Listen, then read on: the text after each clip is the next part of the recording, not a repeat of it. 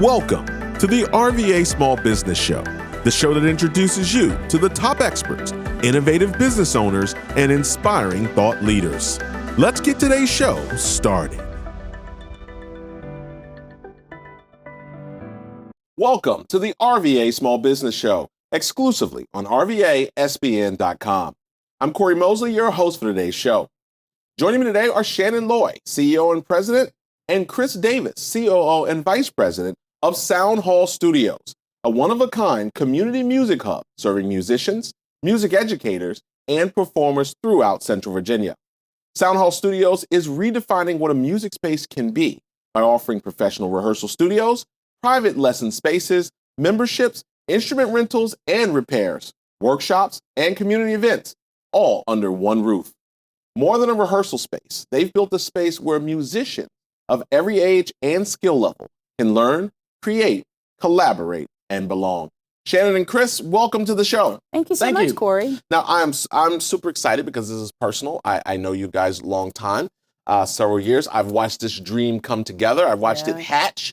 I was on the phone call when it was like, I just did something.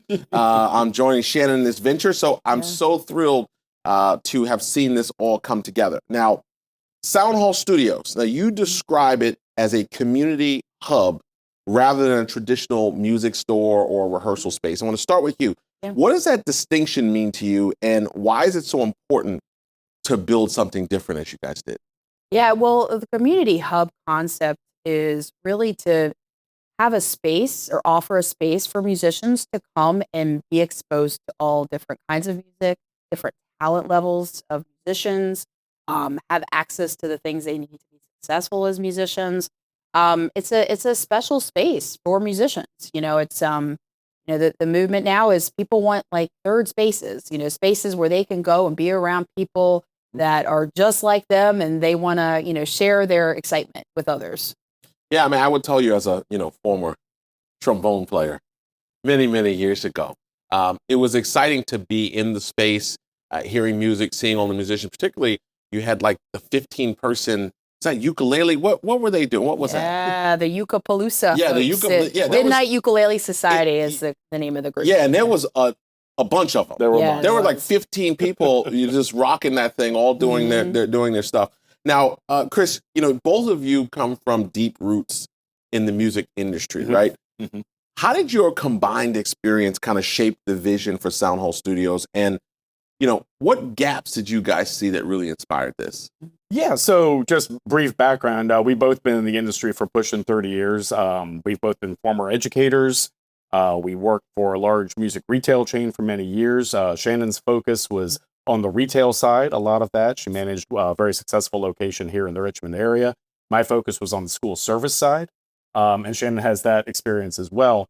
And what we noticed is just, the traditional retail music store is very heavily retail focused, as it should be. Lots of gear to buy and so forth. And the performance space is fairly small. There might be some small lesson studios or a gear trial. Like an afterthought. Almost like an afterthought, yeah. Who's got the closet? Let's make it a place. And I have been in stores where that was literally the case. So we flipped that, literally. So our focus is on performing, is on having a place where you can perform solo, where you can bring a group.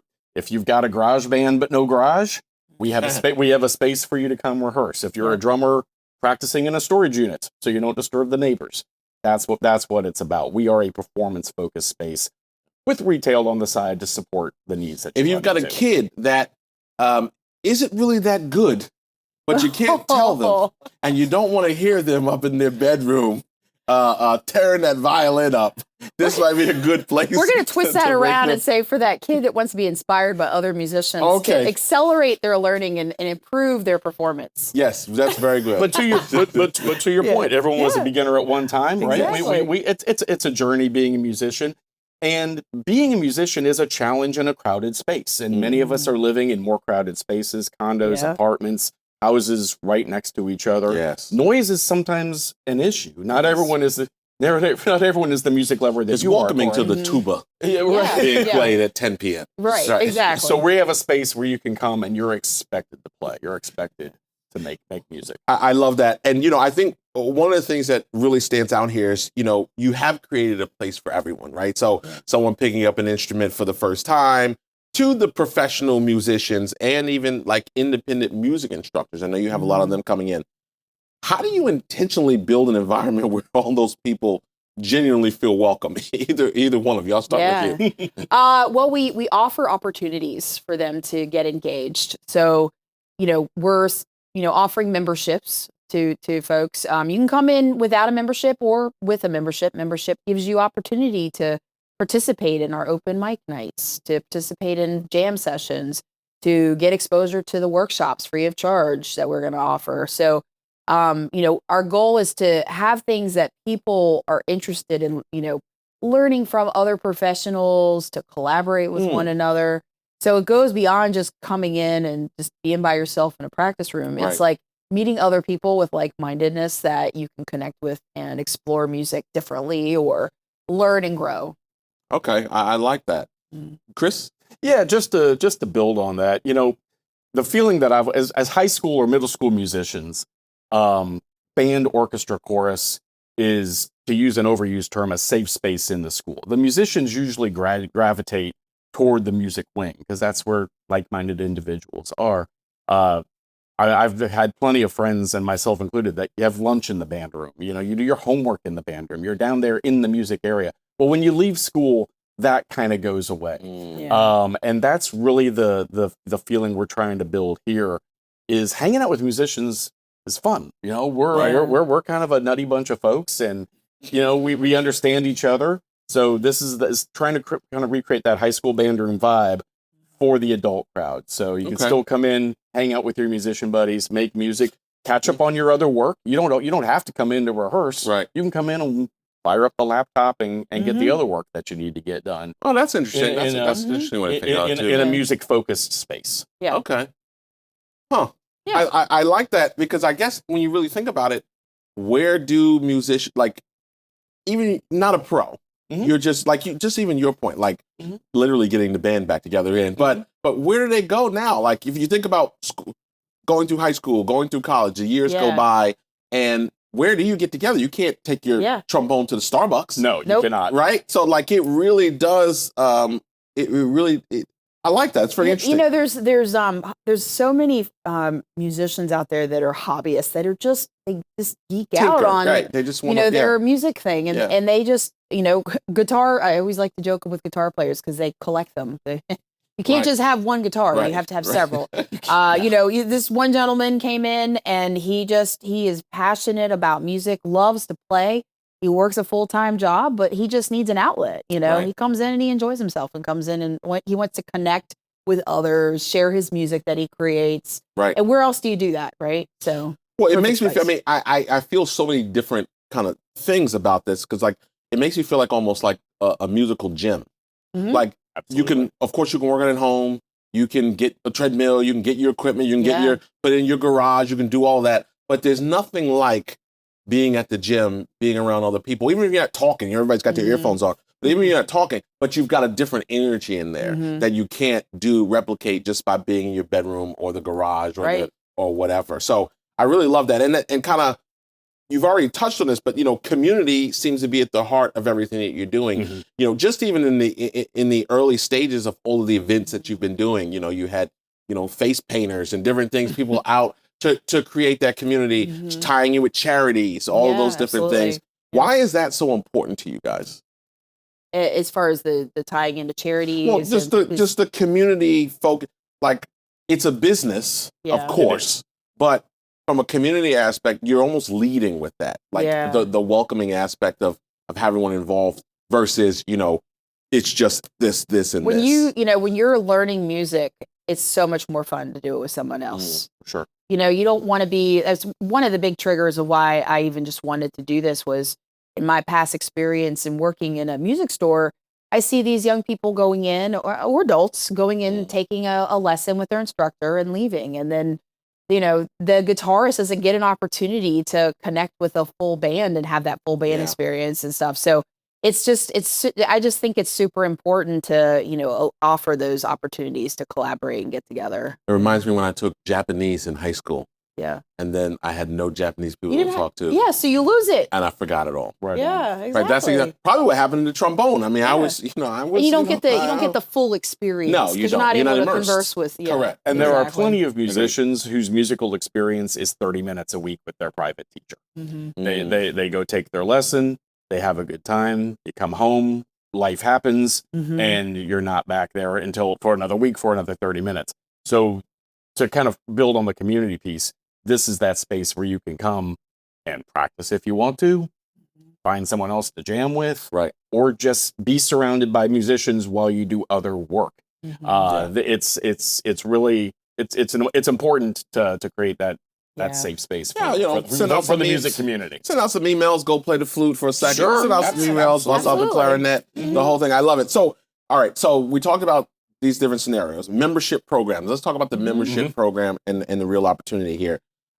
Because the membership is more than just a discount plan, right? It has a lot of meat to it. So what makes the membership, let's talk about the membership types for a minute, and then what makes those such a valuable experience, and why should a musician choose to become a member? Yeah. Give you a three-piece. When we were putting the memberships together, we were really thinking about all the different configurations that could come towards us.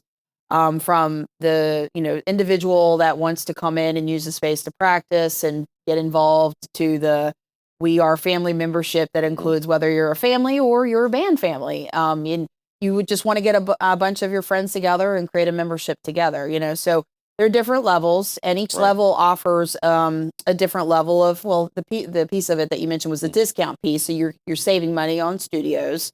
But also there's opportunity to, as a member, be involved in specific member things that we do. Okay. So the open mic nights, the recitals that we're doing, the jam sessions, the master classes and workshops, and you get discounts also applied on the premium ones, that we offer, because we may have like a special artist come in and, you're getting front and center opportunity in a very intimate setting with somebody who is an expert on their instrument or their genre of music or whatever, right? I love that. So, and what we're trying to do is, make it, feel more, exclusive. You're part of a group, you're part of a family, and so that's why the memberships are so important, because, it's kind of like the gym concept. Right. You get a gym membership, you go in there and you get to sweat with everybody else. Yeah.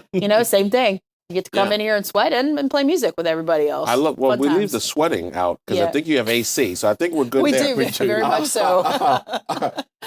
And they have these members. So you have these memberships, and you said there's 3 tiers to them, right? Yeah. Okay. And then there's some other stuff in there. There's some retail, right? Yes. You can do repairs. You can. Yeah. So the other things that we're offering, we do have, as I mentioned before, we have a small retail space designed to support you while you're practicing and working.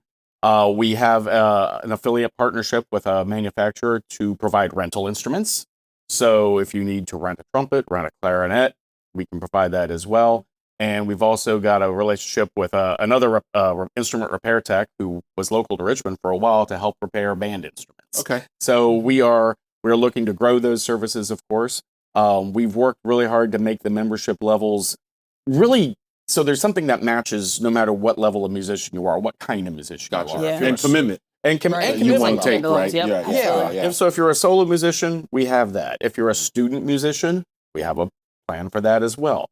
If you have a friend that comes in, we have a 2-person membership. Got it. The family membership, you can bring as many folks as you want. It's all tiered.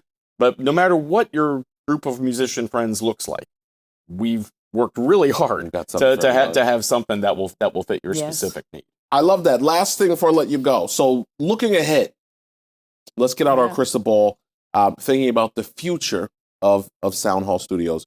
What does that look like? Like if we thought about it, 5 years from now, what do you hope people will say that this space meant? So what does it look like? And also, what do you want people to say or feel in terms of what you're doing and what it's meant to the Richmond music community?